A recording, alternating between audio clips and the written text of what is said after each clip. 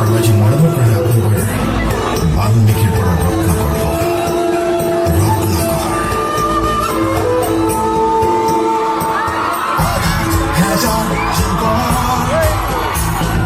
পোহৰ বিয়ৰ পুৱাই ভাৰত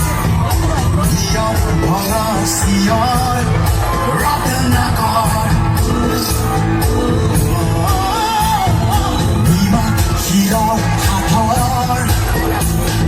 দীপক বনৰীয়া চাবুকৰ নিশাত চিঙা কাতৰ